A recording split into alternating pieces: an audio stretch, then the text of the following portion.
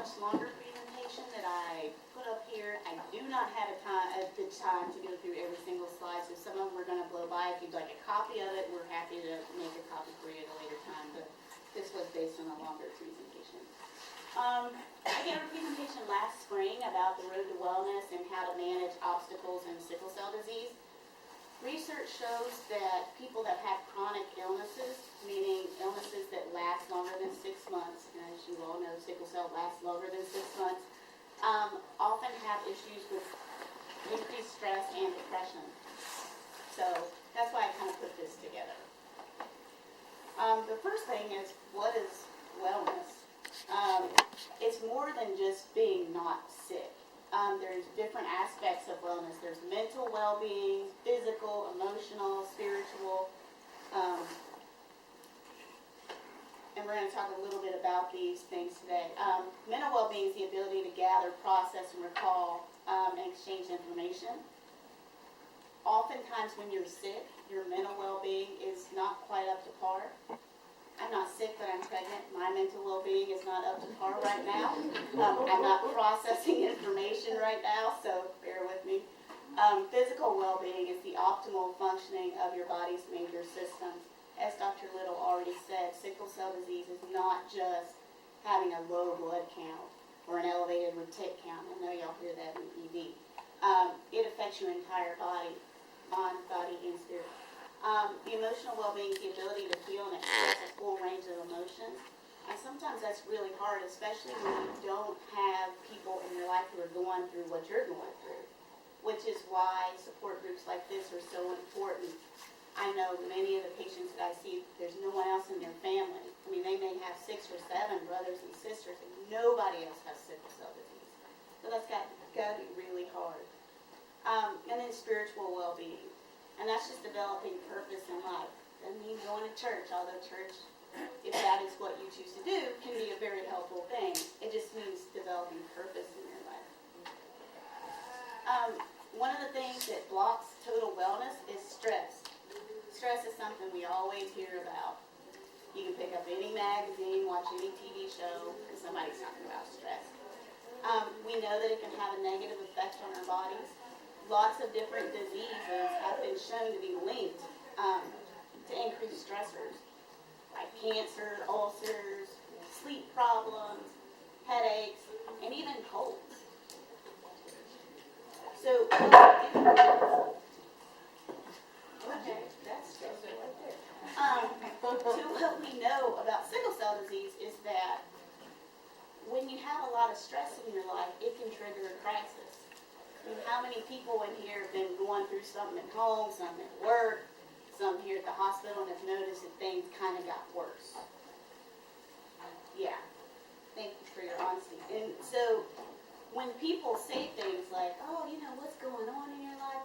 No one's saying that, oh, it's all in your head. We know better. But what we're saying is sometimes when we can help you manage the other things that are going on in your life, we can also help you manage your sickle cell disease and the way your body responds.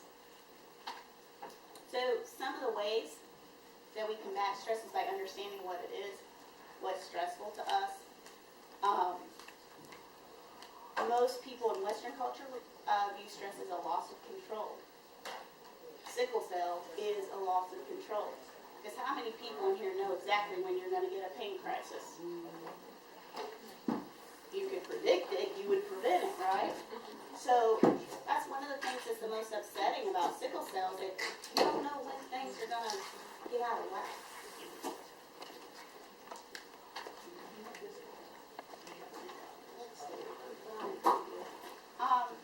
There's different kinds of stress in life. There's 3 main types that I'm going to talk about. There's good stress, like falling in love, getting a new job, hitting the lottery. Y'all ever hear about the people that win the lottery and they lose their mind, go bankrupt after winning $300 million, and you think, how can that happen? Because it's something that you weren't quite equipped to handle. That is a stressor, even though it's a good thing. There's new stress, which is different kinds of players in the game. Some are people that kind of hold anger in. Those are the ones who are end up with headaches and back pain all the time, ulcers, There are people who passively handle their anger, and they may drink or overeat or try to sleep problems away. And there's people who just wow out, throw stuff, cuss. And then underhanders, and these are people who are kind of passive aggressive, so you might make little smart comments here and there, all the while not really expressing what's going on. And we all kind of fall under all of these categories, but some of us are, more one category than the other. Let's see. Different types of fear. There are certain types of personalities that have been shown to be more prone to stress. People who are, in general, people who have an external locus of control, meaning that they feel that they don't have any control in their lives, that they're controlled by their doctor, or their nurse, or their mom, or their dad, etc.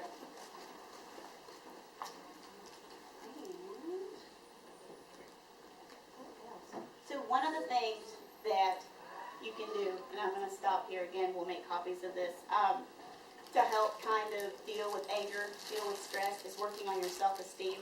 And I know that was something that was really huge in the 90s, although some of you guys are pretty young, and you definitely don't remember that. But self-esteem is a really, really important thing. And the focus is on action. Living consciously, not just kind of mindlessly going through the motions, but thinking about each and every act that you make in your life. Practicing self-acceptance. That means, you know what, this is who I am, and that's that. The practice of self-responsibility. Being responsible for your actions. If you do have one of those bad days and you kind of act out and you're one of those exploding personalities, taking ownership of that. Hey, you know what? I had a bad day, this happened, and move on. Practice of being self-assertive, and that's something that, unfortunately, when people grow up with an illness, oftentimes how they respond in their adult life is based upon how they were kind of groomed as kids. So you spend a lot of time in the hospital or at the doctor's office, and usually it's, okay, the doctor said to do this, so this is what I'm going to do. What we would want you to do is to speak up for yourselves. If you have questions about things, certainly bring it to our attention. If you read about something and you think, well, I wonder if that would work for me, talk about it. We're happy to have a conversation at any time. Their practice of living purposefully and a practice of personal integrity. And of course, I talk in here about depression, but I'm sure somebody will have a question about depression at some point during the panel. So